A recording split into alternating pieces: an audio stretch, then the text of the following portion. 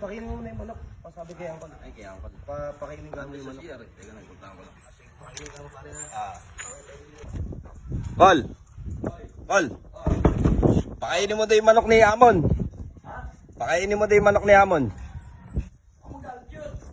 Oo, pakainin mo daw. Sabi, si John John may sabi.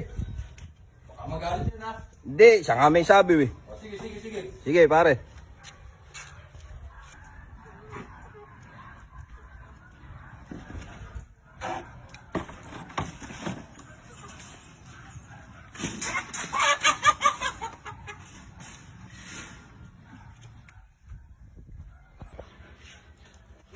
Sarap ako nga luto dito.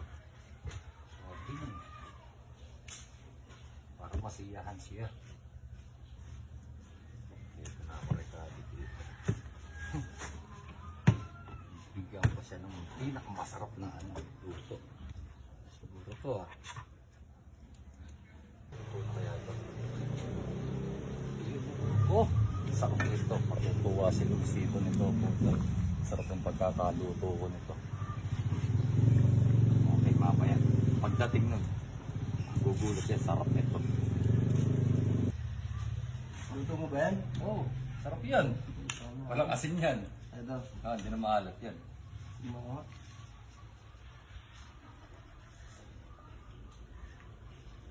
Ito sarap ah. Sabi ko sa'yo eh. Ayos talaga ah. Hindi mo na lalaki mong luluto. Oo. Eh, yung manok ni Amon, napakain mo na. Manok na yaman. Yan sa likod. Yan nga yun. Ano? Yan nga yun. Sabi sa akin nila inang kasi. Angkol, sabi ni Luisito, kainin yung manok ni Amon. Kaya niluto, ayan Ay, yun. gago. Sabi ko sa kanya, pakainin. Ay, gago, magagalit yun. Naku, yung kainin yan. Manok pala ni Amon yan. Yun ang manok ni Amon. Okay, naligo to. Bahala ka dyan. Huwag na lang ako. Yun si Angkol. Yari ka ngayon. Taragis ka. Uy, Angkol. Gagi, hinahanap ka ni Marin Leia. Umiiyak Amon. Miyak. Oo. Eh, gago kayo si John. Sabi niya, hindi ko naiintindihan ang pagkakasabi.